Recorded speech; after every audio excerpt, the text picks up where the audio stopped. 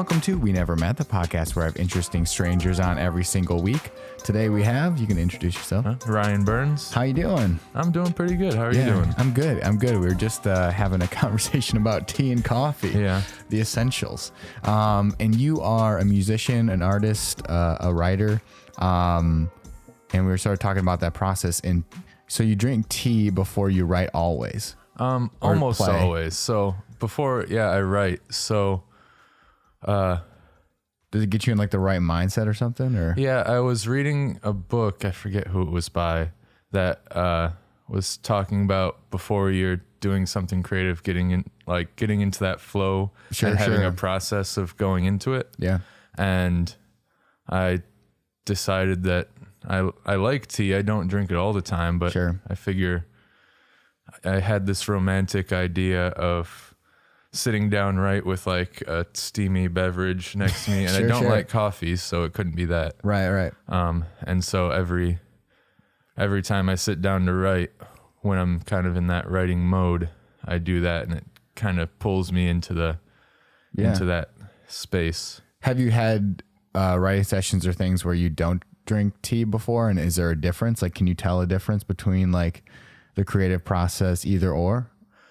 Yeah, and I don't know if it's necessarily about the tea itself, but it's like a placebo effect, sort of like getting you. Yeah. Yeah. When I have the tea, it's the sort of thing I'm telling myself, like, all right, we're going to write. Let's push everything away. Yeah. And usually if I like don't have tea, I also didn't put my phone in the other room or something like that. Is that another thing you do too? Yeah. Or turn on airplane mode. 'Cause sometimes you need it to record things. And sure. All that. But yeah, just if I didn't take the time, like the 5 minutes it takes to make a cup of tea, then I probably didn't do anything else to like just relax a little bit, make sure all the distractions are away. Yeah. So it kind of means I put aside the time I need to actually go and do that. Yeah.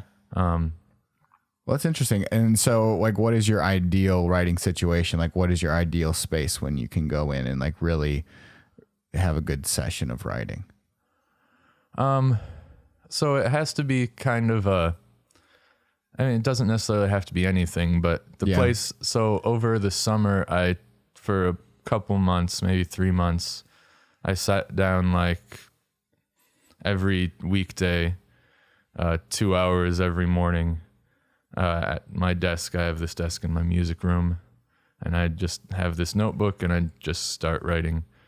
And so it really, I found usually I do better writing when the desk is clean and there's not too many just things in my periphery that I'm like wasn't ready for. Like in that room, I know there's going to be instruments over here and this thing over here. Right. But sometimes if I'm like facing a window and then I look out and I'm like, oh, well, look at that person walking in, and I'm like, oh, dang it. Yeah. Which can sometimes be good if I'm trying to like figure out ideas, but usually it just distracts me, and then one distraction leads to another, and 2 hours. You're not even writing anymore. You're like jumping rope in there or something. Yeah, it's something like different. Oh, maybe I should research about like ancient Persian.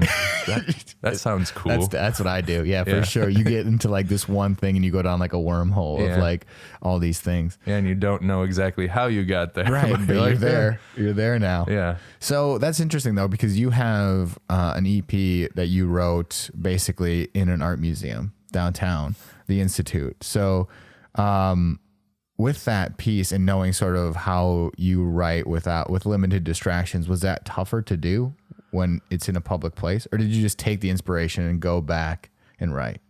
So it kind of, that was a bit more piecemeal where the ideas came from. So, the Institute, that whole idea started, I was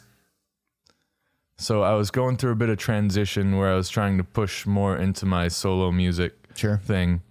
And, I was kind of having a writer's block. I couldn't think of what I wanted to write about. Yeah. I had like little melodies and cool little instrumental things, but so the first song off of that album that I wrote was called Earthly Paradise. Originally I had written it just one morning right as I was waking up, and it was about waking up. Okay. And it was objectively terrible.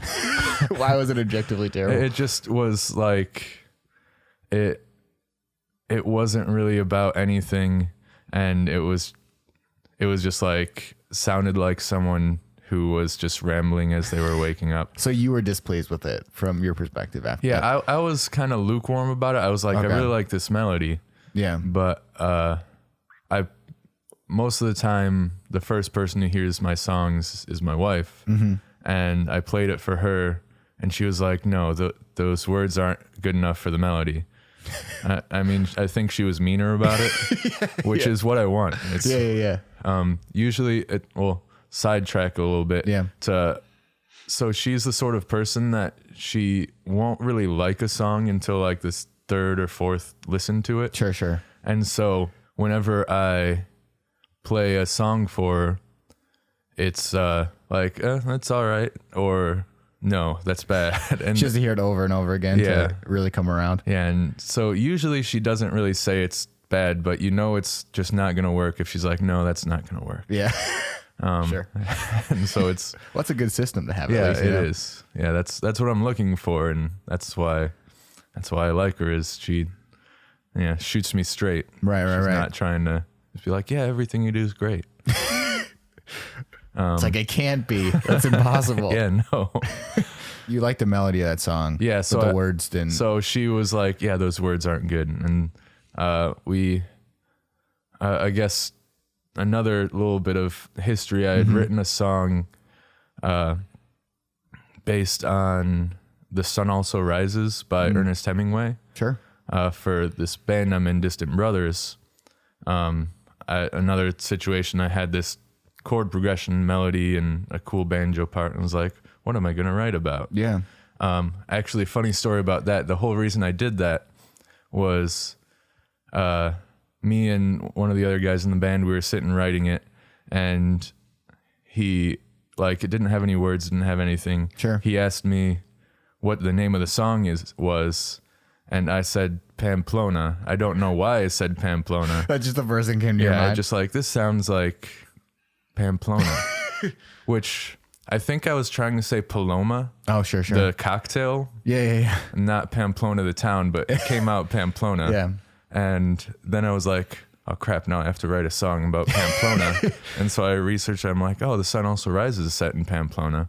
Oh, and so I'll read this book. And then I sort of like took some phrases from it and like fit them into lyrics. Sure. And so I did that, and I like kind of dabbled in some other songs that were based on different things.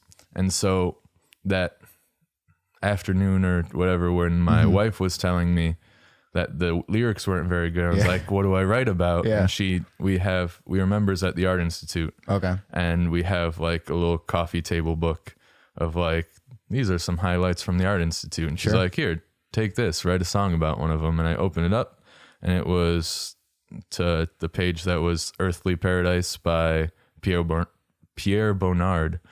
And I was like, all right, I'll write a song about this piece of art. Yeah. So how does that go? Like, what is the process like for writing a song based on a piece of art? So most of the time I wasn't doing it too much where it was like literally trying to transcribe the aesthetic quality to certain notes or anything.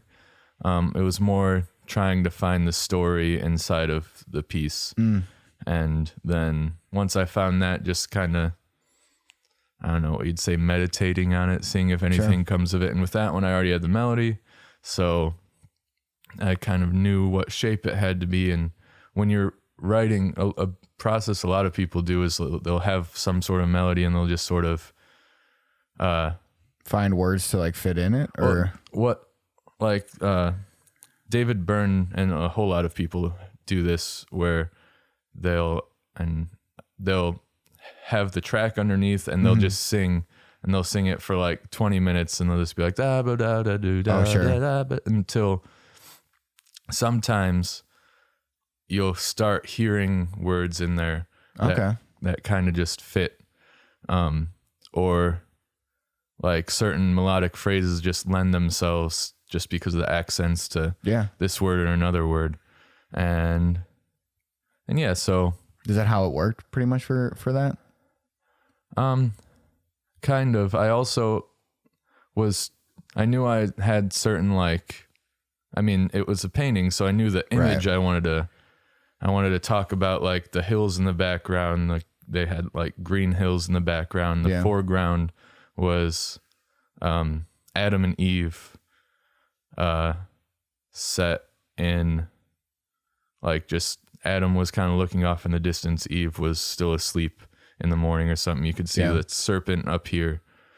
Are you a very visual person? Like, do you see things visually? Like or are you more of like a textile like person that likes to like feel it out and like, you know? I'm probably like somewhere in between. I was always a very like spatial thinker. So yeah, it kind of depends on the thing. I guess I'm not too visual. Like visual art was never a thing I was really drawn to that much until I got married, and now we're members at the Art Institute and we go there. It really went a 180. Yeah. Which, I mean, I've always appreciated. It's just you never never really seeked it out. Got into it very much. And so yeah, you had the story of Adam and Eve. You kind of knew that. And then I thought, like, it's about Adam and Eve, but it's kind of just about any sort of detached couple where he's just kind of like looking off in the distance and she's kind of looks content. It's hard to tell because it's very expressionist. And so I kind of had that idea, and I read through a few like other people writing about it. And, was there any ones that were really tough for you to write on the EP based on the pictures, or did you just like flip past those ones and be like, that's too difficult, I'm not gonna go there? It was there's probably like 5 other songs that I had written for the EP that some of them didn't make it, or some of them I'm like, this is good, but we'll save it for later. So there's going to be at some point, maybe a year or 2 down the line, an Institute Part 2. Oh, cool. That's the plan. Who knows what's going to happen in 2 years, but because I have some other songs prepared for that, or like starts of songs.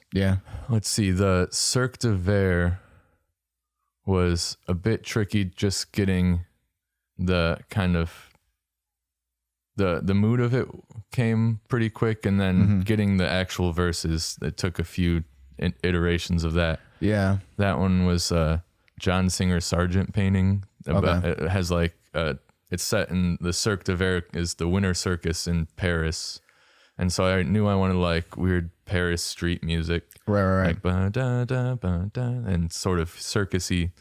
So it's like a demented circus sound. I feel like because looking at those pictures, I think it would be easy for me to sort of like see a story, but then it would be hard to convert that into a song. You know what I mean? Like that seems like the tough process of like, oh, hey, like I can sort of interpret what I think this means, but like writing that in a sort of structure of a song seems a lot more difficult. Yeah. It's, I'm trying to think. Sometimes you forget what songs were on an album. So yeah, we had Earthly Paradise, Cirque de Verre. The Bust of a Youth, that was a little tricky because all it is just a statue of it's just a bust. Of a youth. And they're like not positive who it is. They're like that may make it a little more difficult. Yeah. And so I just really had this statue, and I had to make up a story around it. And yeah, it was kind of a little bit about innocence lost and the little touches of like what the actual aesthetics of the statue were, but it was mostly. So some of the songs, I had the story from the painting. I had to figure out how to get the words to it. Some it was like, I need to find a story here. And sometimes it was just digging into like the history of the piece, or sometimes it was just kind of making up my own thing. Because from what I read about you, you were introduced to music and stuff at a young age, but then you didn't really get into it until you were older. Is that correct? Yeah, it's been a slow dive into music where I was like, Right. I had been in choirs in church since I was 3, and I did like the school band thing, trumpet and tuba and all that. And actually me and my brothers and sisters would be like in the family van harmonizing to Disney things, and we had specific parts for Really? specific songs. We were like, no, you're not you're not doing this part, you're doing this part, you have to take this. And so and then I started taking up guitar, and Was this all like school. in high school? So the harmonizing, that was like elementary school, junior high. Yeah. Sure. And How many brothers and sisters do you have? 2 brothers, 2 sisters. Okay, so big family. Yeah. At that time it was the 2 sisters and 1 brother who would be doing that. Yeah. So I'd always been interested in music, and like when I was younger, I would really, me and my brother would listen to music every night when we were going to bed, which, we'd take one album and listen to it for like a month straight. Oh, And so I really got deep dives into those albums. what was in heavy rotation? Like what albums? Gordon by the Bare Naked Ladies Oh, that's a good was a one. big one. Yeah. There was a period where we did a lot of the Best of the Eagles, just the first disc, sure. not the second disc. What's on the side? I don't even know what's on the second. The second disc is all their stuff after they broke up and then came back. Okay. And so it got, there's some really good ones, like 7 Mile Road, I think it's called, is a good one. But is that one? Something like that. Yeah. Only the first disc though. But the first disc, I think, was better. Did you have to like listen to it quietly so your parents didn't hear it, or because did you and your brother share a room? Yeah, we shared a room. My favorite album growing up, and kind of the inspiration for why I took up guitar, was Eric Clapton's Unplugged Okay. album. And so kind of in high school, I was really into a mix of classic rock and like blues.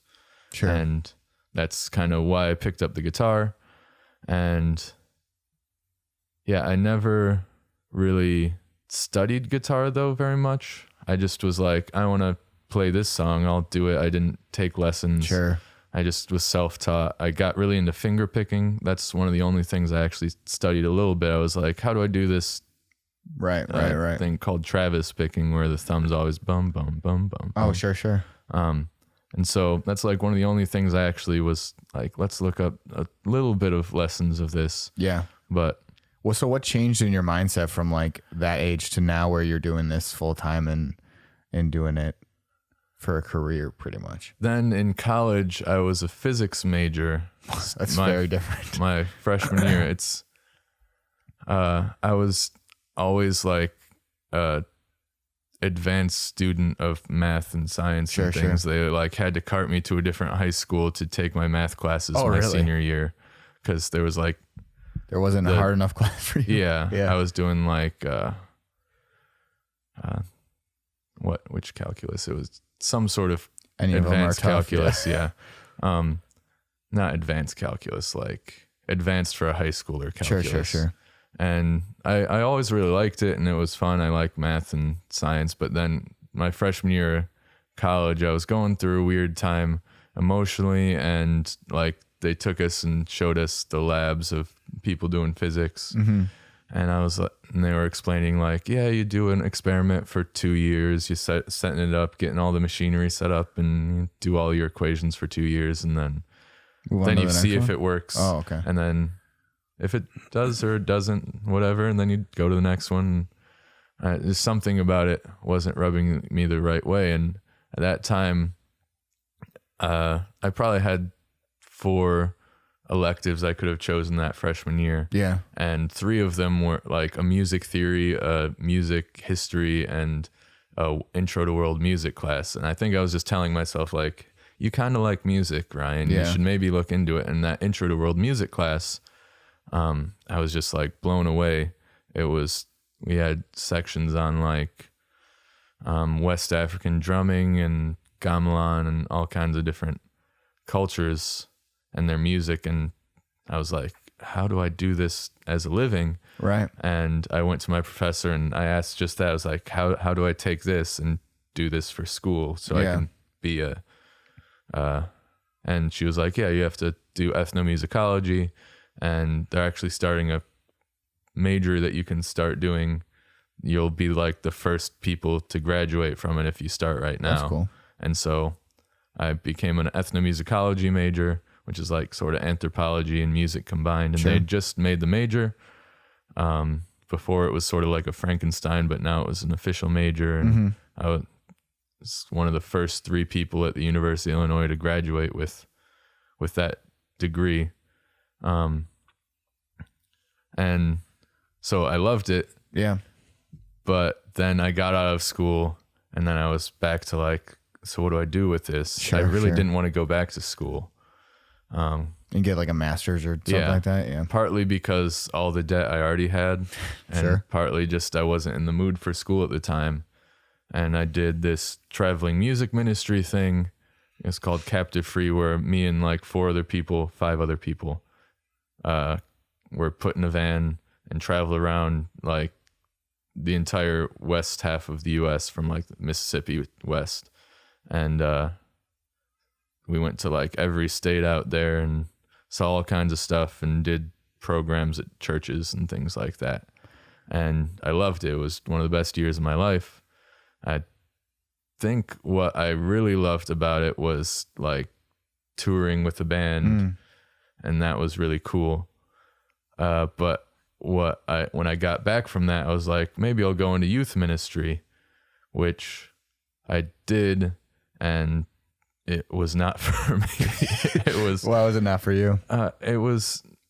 I mean, I liked working with the kids. Yeah. I didn't like working with the adults. It was like there's a lot of, I'm sure other churches would be great, but I've had other friends who did that, and just church politics always get in the way. And parents have one thing and then other parents have another thing. And then, so it just ends up being this whole political mess. Yeah. When all you're trying to do is like, hey, let's go play board games and talk about stuff from your life, and this will be fun.